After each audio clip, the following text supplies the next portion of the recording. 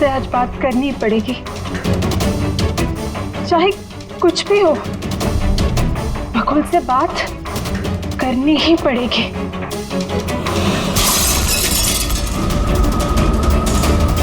घर में तो कोई नहीं है, ये आवाज कैसे?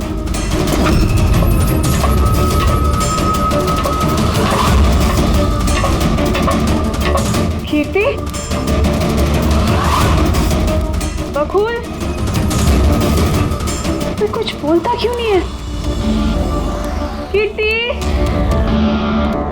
भैया,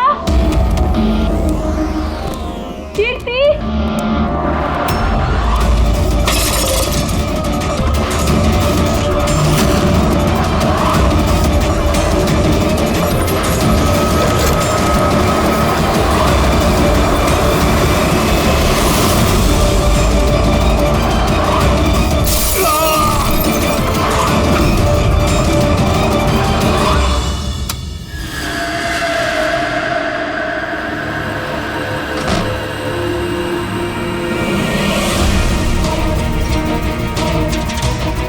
भैया का सूटकेस? भैया बैंगलोर नहीं गए क्या?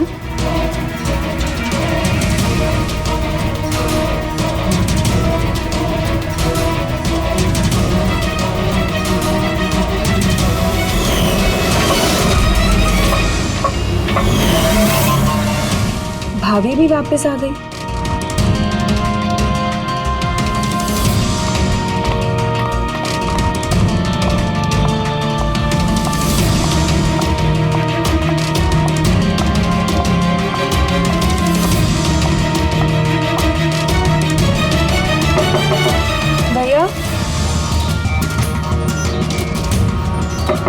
बकुल भैया, भैया आप बैंगलोर नहीं गए क्या? भाभी,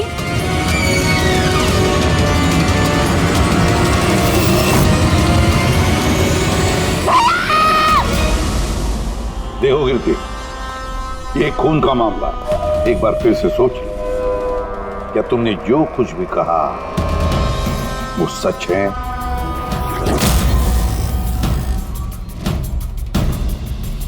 सर, हमें नहीं लगता है कि ये बात सच है। आपके लगने या ना लगने से कोई फर्क नहीं पड़ता। जब आपसे कुछ पूछा जाएगा तभी बोलना। हो सकता है ये सच बोल रही हो, क्या पता।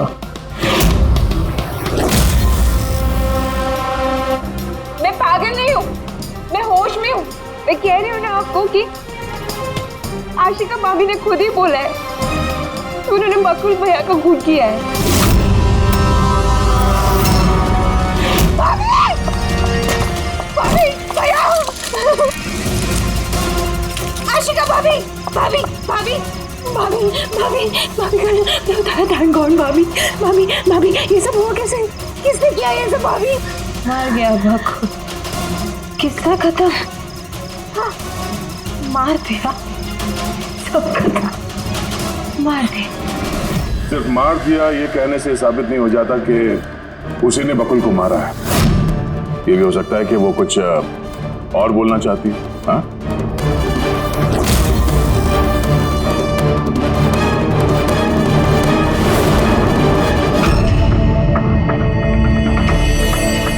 एक बात बताओ, जब बकुल का खून हुआ उस वक्त तुम सब लोग कहां पर थे? कहां थे तुम लोग? मैं और नितिन तो एक दोस्त की शादी में खंडाला गए थे। कीर्ति का कॉल आया और हम भागे चले आए। मेरी बिजनेस मीटिंग थी होटल क्रिट्स में, वहाँ एक क्लाइंट के साथ डिनर था। जैसे ही नितिन का फोन आया तो मैं यहाँ पर चला आया। और आप कीर्ति, आप कहाँ थी?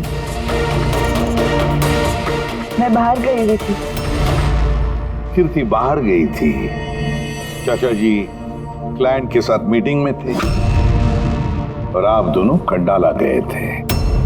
उस वक्त बकुल और आशिका घर में अकेली थी, है ना? बकुल भैया भी बैंगलोर जाने वाले थे, उनकी 11 बजे की फ्लाइट थी और आशिका भाभी तो पार्टी में गई थी। आप सब घर में नहीं थे तो फिर बैंगलोर जाने वाला बकुल वापस क्यों आया घर पे? और ये आशिका, वो पार्टी से वापस क्यों आई? तो वो आप जाकर आशिका भाभी से पूछिए ना कि वो इतनी जल्दी वापस क्यों आ गई। वो तो घर पे ये बोलकर गई थी ना कि वो सुबह वापस आएंगी। वो तो हम पूछेंगे उससे। फिलहाल आप बताइए, आप कहाँ गई थी बाहर? मेरी मदर बांद्रा रहती है, उनको अचानक फूड पॉइजनिंग हुआ था, मैं उनके पास ही गई थी और फिर वहीं से मैं आई। वाह, हर एक के पास एक्सप्लेनेशन है कि बकुल के खून के वक्त मैं यहाँ था, मैं वहां थी, मैं वहां गया था। सबके पास एक्सप्लेनेशन है, लेकिन आप सब लोग एक बात अच्छी तरह से याद रखना, हम सीआईडी वालों से सच ज्यादा देर तक छुपता नहीं, सामने आकर ही रहता है।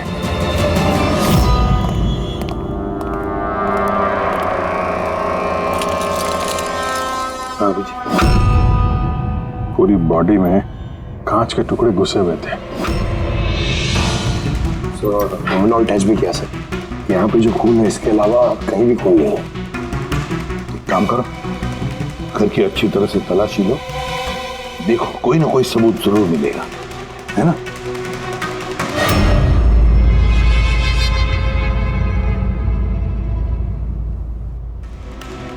ये बता।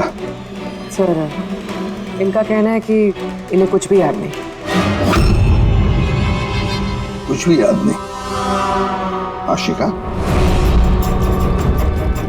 तुम्हें याद आ रहा? तुमने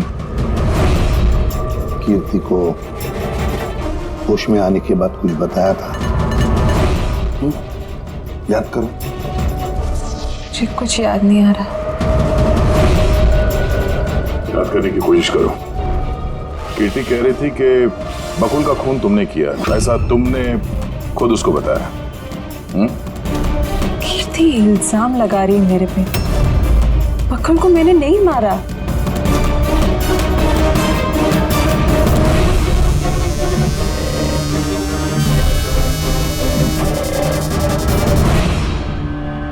सर, कहीं ये याददाश्त जाने की एक्टिंग तो नहीं कर रही है? हो सकता है, क्योंकि बकुल यहाँ कमरे में खून से लथपथ पड़ा है और इसके सर पे थोड़ा सा निशान है, बस। बेहोश हुई कैसे? वही तो, इससे सच उगलवाना पड़ेगा। कैसे उगलवाएंगे सर?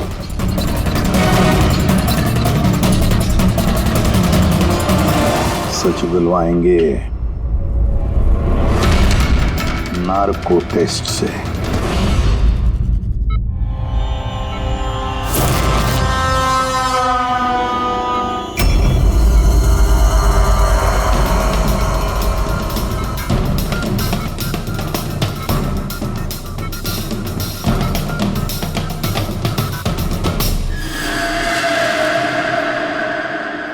18 अप्रैल की रात को जब आप पार्टी से घर लौटी तो क्या हुआ था? मैं घर में घुसी, बकुल चिल्ला रहा है। फिर क्या हुआ? फिर मैं रूम में गई देखने के लिए। क्या देखा आपने?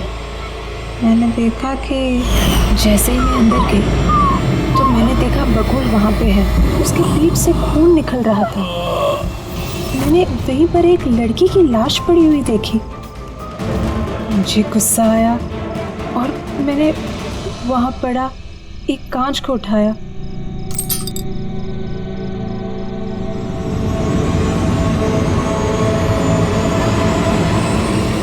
और बकुल को मार दिया। तभी मुझे मेरी गर्दन पे प्रेशर महसूस हुआ। मैं बेहोश होने लगी। बेहोश होने से पहले मैंने दरवाजे पे एक फिगर को देखा जिसने ऑरेंज फ्लोरेसेंट जैकेट पहन रखी थी। आदमी था या औरत थी?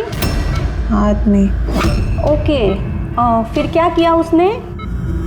वो मेरे पास आ रहा है, शायद मुझे मारना चाहता है। अच्छा आशिका, तुमने वहाँ किसी औरत की लाश को देखा था? हाँ, देखा था। औरत की लाश? वहां पर तो हमें किसी औरत की लाश नहीं मिली। हम तो बकुल के मर्डर की जांच कर रहे हैं। अब ये नया केस कहां से आ गया? कौन सी औरत की लाश है? कौन थी वो औरत? मुझे याद नहीं, सब धुंधला दिख रहा है। कि कहीं ये हमें गुमराह तो नहीं कर रही? समझ में नहीं आ रहा है ये किस औरत की बात कर रही है, किस औरत की लाश की बात।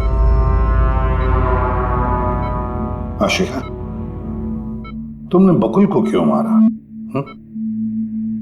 क्यों मारा बकुल को?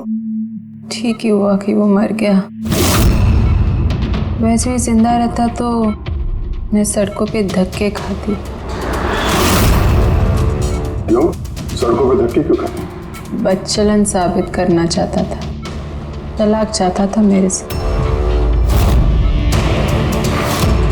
अच्छा, वो मरी हुई औरत वो कौन थी? मैंने आपको कहा ना, मुझे याद नहीं वो कौन थी। देखो आशिका, हमें वहां पर किसी भी औरत की लाश नहीं मिली। तो कहाँ गई होगी वो लाश? मुझे जब होश आया वो लाश वहां से जा चुकी थी। और वो फ्लोरेसेंट ऑरेंज कलर का जैकेट पहना हुआ आदमी? वो धुंधला धुंधला सा दिख रहा था, दरवाजे पे ही खड़ा था। शायद मेरे बेहोश होने का इंतजार कर रहा था।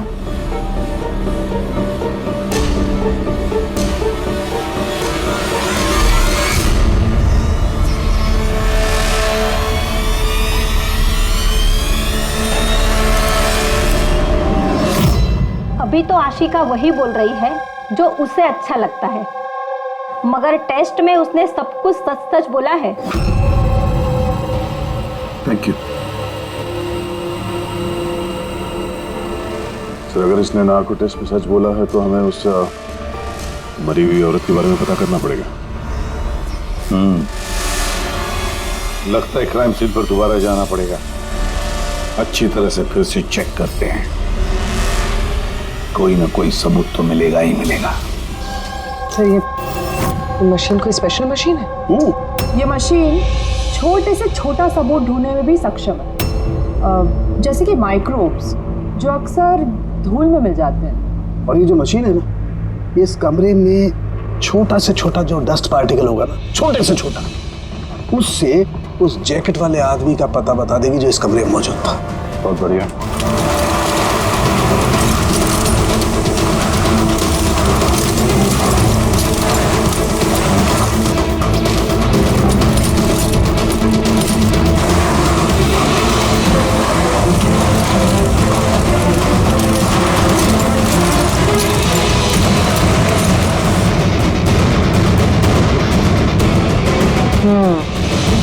ये देखिए, जो हमारी नजरों से बच गया वो इस मशीन ने ढूंढ निकाला।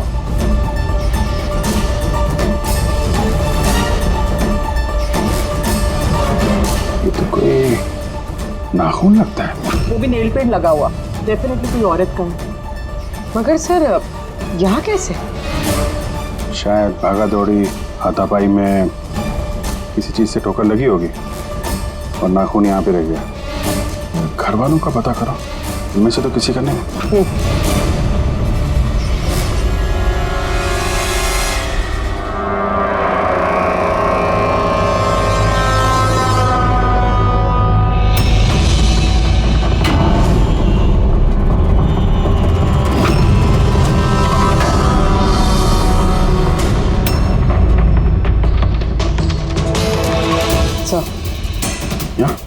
पर घर में तो किसी का भी नहीं है। शायद उस औरत का होगा जिसकी लाश आशिका ने देखी थी। लगता तो ऐसा ही है।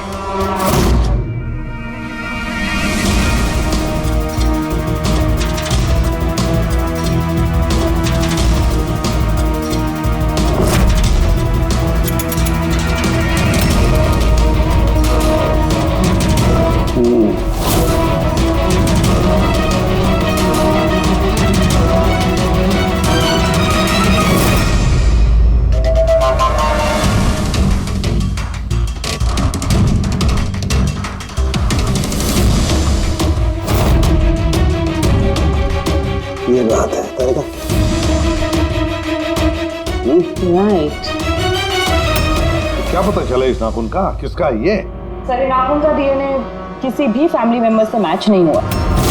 लेकिन एक बात पता चली बस, ये नाखून जिस किसी का भी है वो एक औरत है और उसकी उम्र 20 से 25 साल।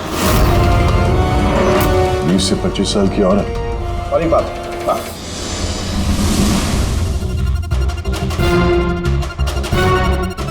ये जो बारीक बारीक सफेद सफेद कण देख रहे हैं ये high percentage of high and नाखून में सुनिए। कोई औरत ड्रग एडिक्ट भी है? हाँ, घर परिवार की नहीं, बाहर की है। सर, कोई बाहर वाली वहां पे आई है तो किसी कार, ऑटो, टैक्सी वगैरह ही किया होगा। हाँ, पता लगाना पड़ेगा रिक्शा वालों से, टैक्सी वालों से कि क्या उनमें से किसी ने उसे घर पर छोड़ा है क्या। सर, वो आशिका बता रही थी कोई फ्लोरोसेंट ऑरेंज कलर की जैकेट पहने हुए आदमी था वहां पे। बेहोश होने से पहले मैंने दरवाजे पे एक फिगर को देखा जिसने ऑरेंज फ्लोरेसेंट जैकेट पहन रखी थी। वो कौन है, कहाँ से आया, कहाँ गायब हो गया, उसके बारे में भी पता लगाना पड़ेगा। और सर, जितने ड्रग पेडलर्स हैं उनसे भी पता करना पड़ेगा कि कितनी औरतें ये हाई एंड लेती हैं।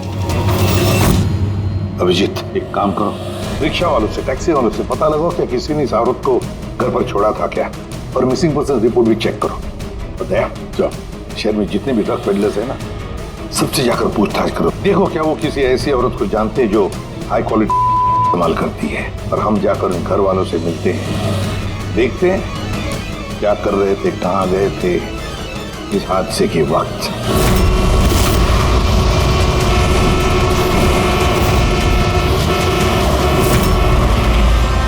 तुम्हारी एसोसिएशन से पता चला है कि 10 तारीख को यानी परसों रात में तुमने शांति निवास बंगलो में किसी लड़की को छोड़ा था। हाँ सर, छोड़ा था।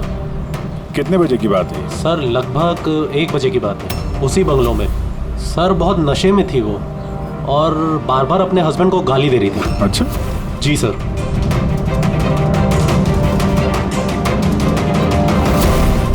ये लड़की थी वो?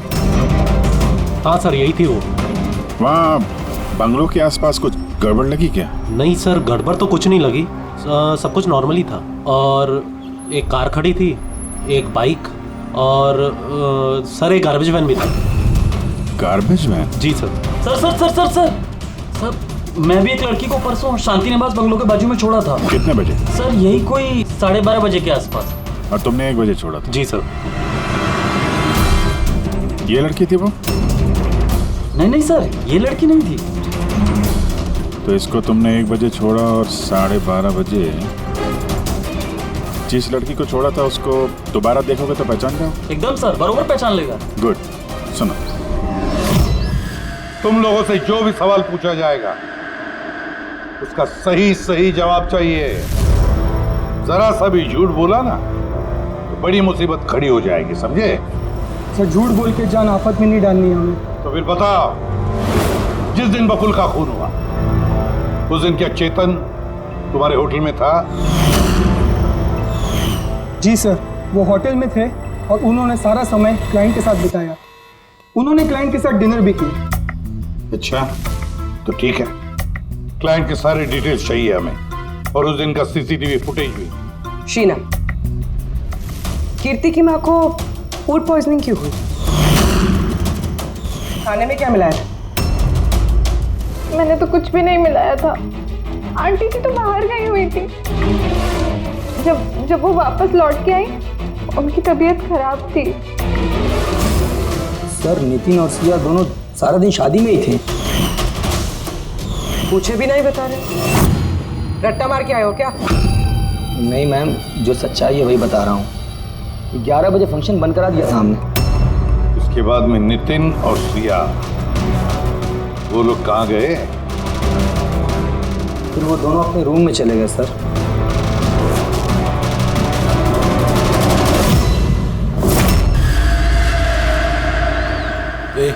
ये माल किधर मिलेगा?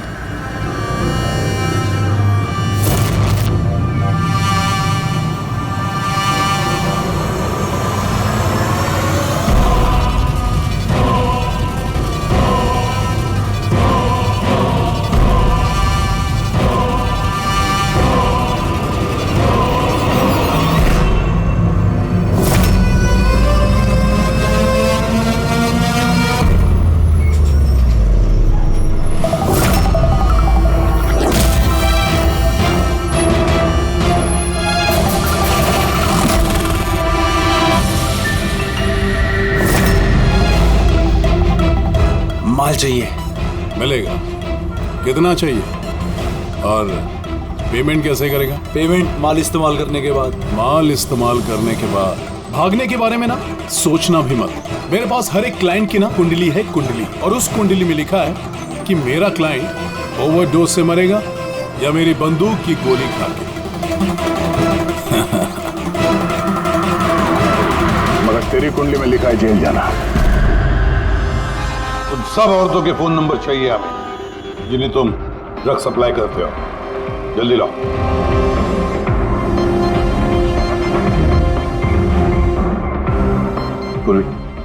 देखो जरा, कॉल करके देखो इन सारे नंबर्स पर। देखो कोई गायब तो नहीं है।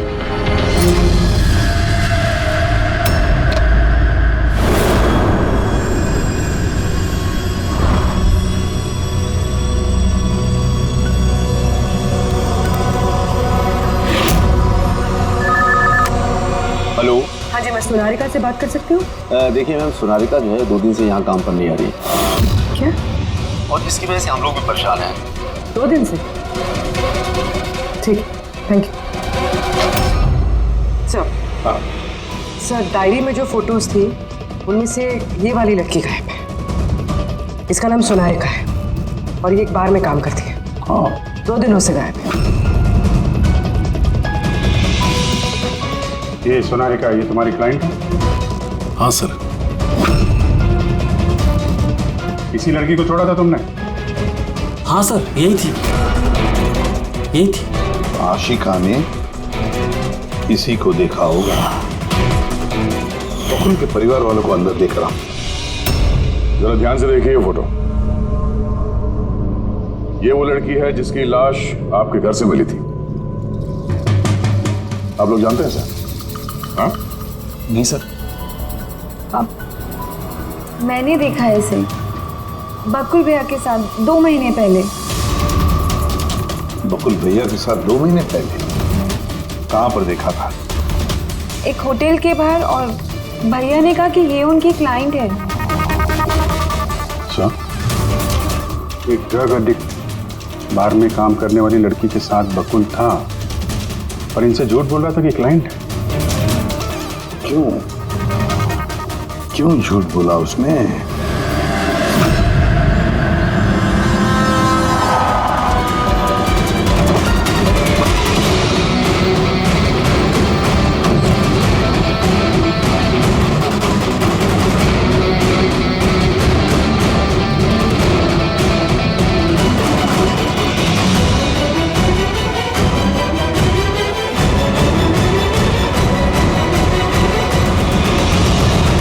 ये सोनारिका यहीं पे काम करती थी ना?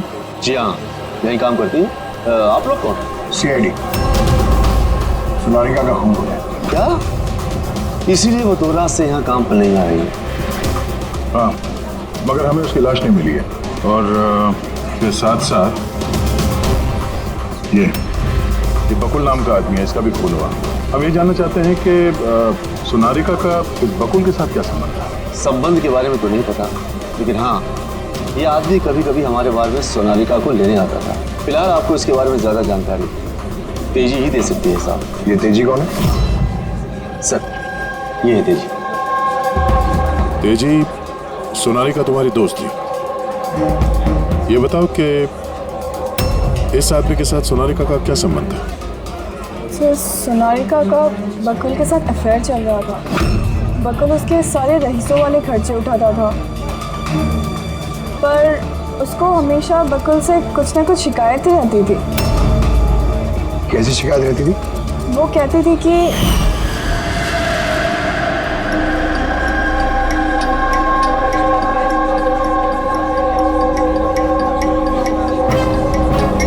सोनारिका, क्या हुआ? मैं बकुल के साथ ना अब ये रिश्ता और नहीं रख पाऊंगी। क्यों, क्या हुआ? ना तो रिश्ता रखने के पैसे मिल रहे और नहीं वो बकुल अपनी बीवी आशिका को डाइवोर्स दे रहा है। कुछ तो करना पड़ेगा। क्या करेगी तो? ब्लैकमेल। क्या? मैं उसे ब्लैकमेल करूंगी जिसने मुझे नाटक करने के लिए कहा है। तो कोई सोनारिका को पैसे दे रहा था बकुल के साथ प्यार का नाटक करने के लिए। मास्टरमाइंड कोई और ही है? हाँ, और उसी मास्टरमाइंड ने प्लान किया और इस सोनालिका और बकुल को मार दिया। और आशिका का वहां पर आना प्लान में शामिल नहीं था। समझ में नहीं आ रहा है कि ये बकुल अपनी फ्लाइट छोड़कर घर वापस क्यों आया। और सर, अगर खूनी को बकुल की गर्लफ्रेंड को मारना ही था तो कहीं और भी मार सकता था। वहां घर पे क्यों किया? तो शायद खूनी को पहले से पता था कि बकुल के घर में कोई नहीं, इसीलिए उसने धोखे से सोनालिका को वहां पे बुलाया और उसी समय बकुल और आशिका वहां पे पहुंच गए होंगे। ये हो सकता है। तो सर, लाश को घर से बाहर कहाँ लेके गए होंगे और कैसे? क्योंकि बकुल के घर की सारी गाड़ियां तो पहले से बाहर थी। खूनी अगर चाहता है तो क्या लाश के टुकड़े करके वो सूटकेस में भी ले जा सकता है, या फिर लाश के टुकड़े करके वो प्लास्टिक के थैलियों में भी डाल सकता है। कचरे की थैलियां हैं प्लास्टिक की। हाँ सर। एक कार खड़ी थी, एक बाइक, सर एक गार्बेज वैन भी था। क्या रात के 1 बजे? रात के 1 बजे बंगले के बाहर एक कचरे की गाड़ी खड़ी थी। इसका मतलब है सर ये खून प्लांट था। तो खूनी गार्बेज वैन लेके आया था लाश को ठिकाने लगाने के लिए। और सर, ये फ्लोरेसेंट ऑरेंज कपड़े गार्बेज वैन वाले तो पहनते हैं। सर, चेतन जिस कंपनी के बिजनेस डिनर पे गया था, ऐसी कोई कंपनी रजिस्टर्ड ही नहीं। मेरी बिजनेस मीटिंग थी होटल किड्स में। और कीर्ति की माँ ने बाहर कुछ भी नहीं कहा। मेरी मदर बांद्रा रहती है, उनको अचानक फूड पॉइजनिंग हुआ था, मैं उनके पास ही गई थी। फिर भी उसे फूड पॉइजनिंग हो गई। ठीक है, ये भी पता लगाना चाहिए कि जिस रात बकुल और सोनालिका का खून हुआ, उस रात खंडाला से कोई टैक्सी या प्राइवेट गाड़ी आई थी क्या बंगले पर? अपनी माँ की बीमारी के बारे में सच सच बताओ। उनकी मेड शीना का कहना है कि उनकी जो भी हालत थी घर के खाने की वजह से नहीं हुई। हाँ, ये सच है। उन्होंने घर का खाना नहीं खाया था, बल्कि वो तो ये बता रही थी कि वो ड्राइवर के साथ बाहर गई थी और कार में उन्होंने कुछ दवाई खाई थी। दवाई खाई? हाँ, हमारे ड्राइवर अमन का भी यही कहना है। तुम्हारा ड्राइवर अमन का? सर, उन सभी ड्राइवरों को साथ में लेके आया हूँ जो गार्बेज वैन चलाते थे। हमें एक गार्बेज वैन के बारे में पता चला जो आधी रात को सड़क के बीचों बीच खड़ी थी, जिसमें लाश डाल के ले जाया गया। वैन का पता चल गया? सर्विलेंस कैमरे में वो वैन साफ साफ दिख रही है हमें। क्यों?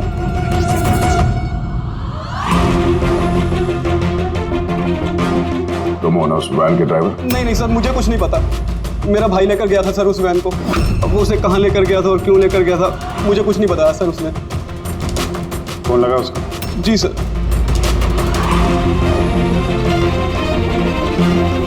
हेलो अमन, कहाँ है तू?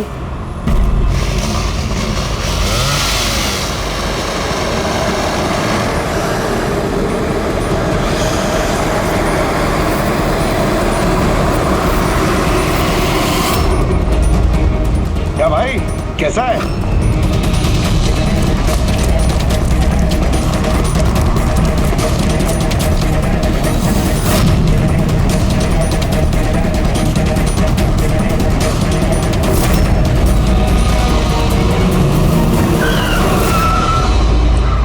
सर, मैं सच बताता हूँ, मैंने तो जो कुछ किया उस फोन कॉल की वजह से किया था जो बकुल सर के बंगले से आया था। किसने फोन किया था बकुल के बंगले से? मैंने उसे कभी देखा नहीं है, सिर्फ उसकी आवाज़ सुनी थी। औरत ही आदमी? सर, कभी कभी तो औरत की आवाज़ में फोन आता था और कभी आदमी की आवाज़ में। सर, ये जो कोई भी है ना, ये बकुल के घर वाला ही। हाँ, मगर तूने ये सब किया क्यों? कोई फोन पे कुछ भी बोल देगा तू कर देगा? हाँ? सर, मुझे लालच दिया गया था सर कि मेरे 5 लाख के कर्जे को चुका दिया जाएगा अगर मैंने उनकी बात मानी तो। सर, मैं लालच में आ गया था, मगर मैंने कोई खून नहीं किया सर। मैंने तो सिर्फ लाश को ठिकाने लगाया था सर। लाश का?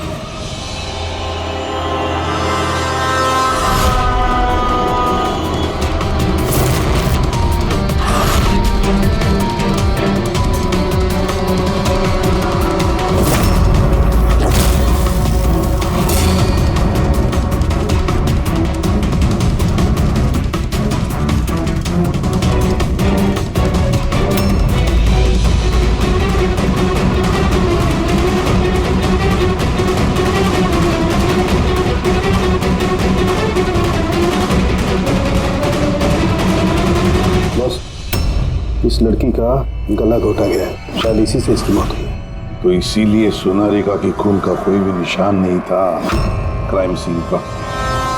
और उसके पैर के अंगूठे का नाखून भी उखड़ा हुआ है।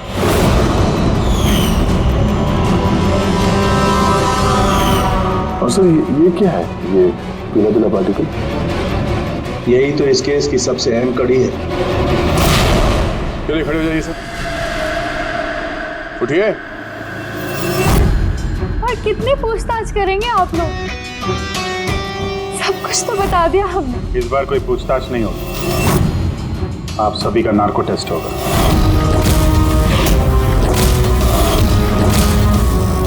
नार्को टेस्ट क्यों पर? क्योंकि आप में से कोई है जो सच नहीं बोल रहा। आपके पास कोर्ट की परमिशन है इस नार्को टेस्ट के लिए? जी हाँ, परमिशन के बिना हम कुछ नहीं करते।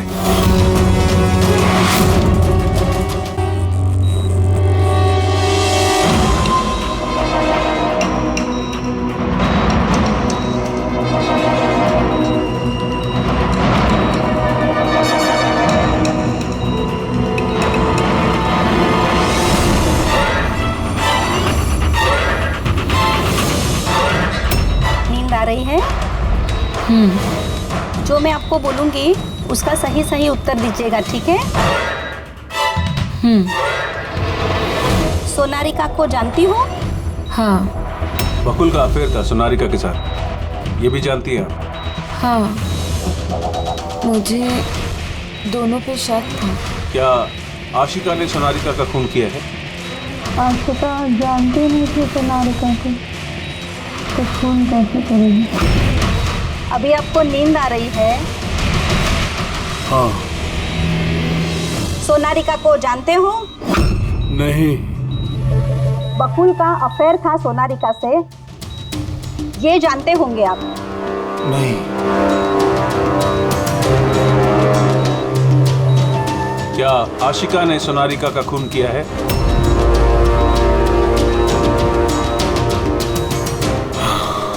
आशिका सोनारिका को जानती थी। आशिका ने ही बकुल और सोनारिका का खून किया है। उसी ने ये खून की साजिश रची थी। आशिका की हरकतें कुछ दिनों से काफी अजीब थी। ये बात मैंने बकुल को बताई थी। क्या हुआ सर? हुआ कुछ नहीं नितिन, सिर्फ इतना बताना था कि ट्रुथ सीरम के असर से इंसान सिर्फ उतना ही बताता है जितना उसे पूछा जाता है, ज्यादा कुछ नहीं बताता। अब बात यह है कि इंसान का दिमाग अपना मेमोरी शेयर करता है पर ओपिनियन नहीं देता, जैसे तुमने अभी दिया। अब सारी असलियत फटाफट बता दे, वरना असली वाला सीरम देना पड़ेगा तुझे। असली ट्रूथ सीरम मतलब ये कि हमने जो सीरम दिया था वो ट्रूथ सीरम नहीं था, ग्लूकोज का इंजेक्शन था। What? शक तो हमें तुम पे पहले से ही था, लेकिन सारी सच्चाई तुम्हारे मुंह से सुनना चाहते थे। नितिन, सब कुछ तुमने बड़ी सफाई से, बड़ी चालाकी से किया था, लेकिन सोनारिका के चेहरे पर जो हल्दी लगी थी ना, उसने तुम्हें पकड़वा दिया। वही हल्दी जो शादी के वक्त तुम्हारे हाथ में लगी थी। ये पीला पीला पार्टिकल दरअसल हल्दी है, और इस हल्दी में आटा और तेल भी मिला हुआ है। आटा, तेल, हल्दी।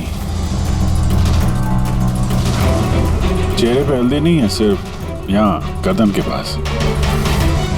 कहाँ से आई होगी ये हल्दी? सर सिया बता रही थी कि वो लोग खंडाला गए थे शादी के लिए, और वहां पे हल्दी की रस्म में शामिल भी हुए थे वो लोग। बकुल 500 करोड़ का एम्पायर चला रहा था, वो एम्पायर जो मैंने सेटअप किया था, लेकिन वो मुझे ही उस एम्पायर से बेदखल करने की फिराक में था। तो फिर उससे बात करते थे, उससे समझाते थे। बात करने की कोशिश की थी सर, कई बार कोशिश की थी, लेकिन वो सुनता तब ना। भाई था वो मेरा, मैं नहीं मारना चाहता था उसे, लेकिन वो पूरा एम्पायर अपने नाम पे करवाना चाहता था। इसीलिए फिर मैंने भी एक प्लान बनाया। क्या प्लान बनाया? बकुल और आशिका के आए दिन झगड़े होते रहते थे। वो आशिका को छोड़ना चाहता था। मैंने सोनारिका को पैसों का लालच दिया और उससे कहा कि बकुल से झूठ मूठ का प्यार का नाटक करे और एक दिन आगे जाके उससे शादी भी करे। दरअसल मैं सोनारिका के जरिए अपना एम्पायर हासिल करना चाहता था। मगर उसे क्यों मार दिया?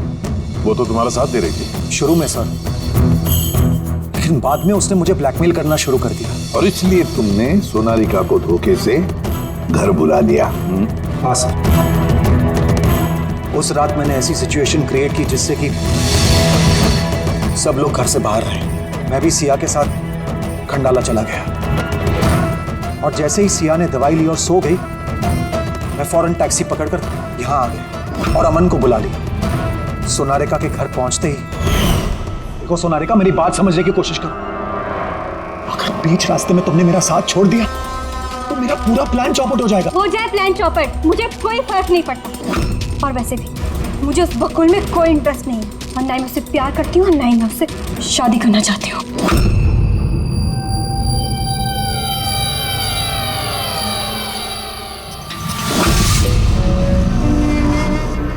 देखो, अगर तुमने मेरा साथ नहीं दिया तो बहुत पछताओगी, बता रहा हूं मैं। धमकी दे रहे हो तुम मुझे? धमकी दे रहे हो तुम मुझे? हाँ? ऐसा ही समझ लो।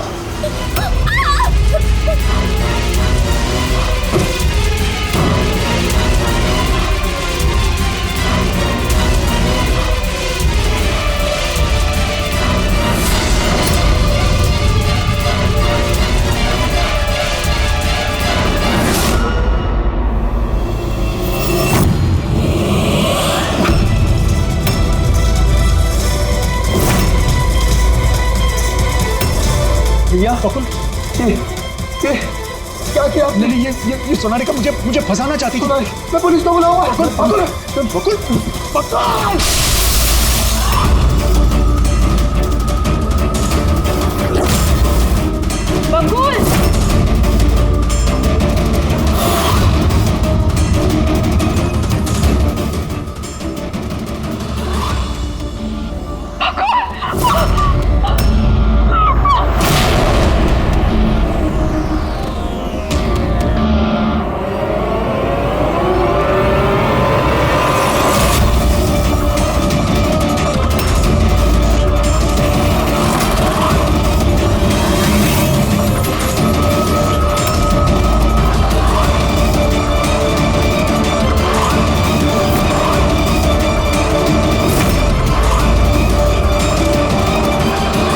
मैंने अमन को फोन पे पहले ही बता दिया था सोनारिका की लाश को ठिकाने लगाने के लिए। उसने बिल्कुल वैसा ही किया। पैसों की लालच ने तुम्हें इतना अंधा बना दिया कि तुम अपना सगा रिश्ता भी भूल गए, अपने भाई की जान ले ली और तो और अपनी साथी सोनारिका को भी मार डाला। कानून तुम्हें कभी माफ नहीं करेगा। कड़ी से कड़ी सजा होगी, शायद फांसी।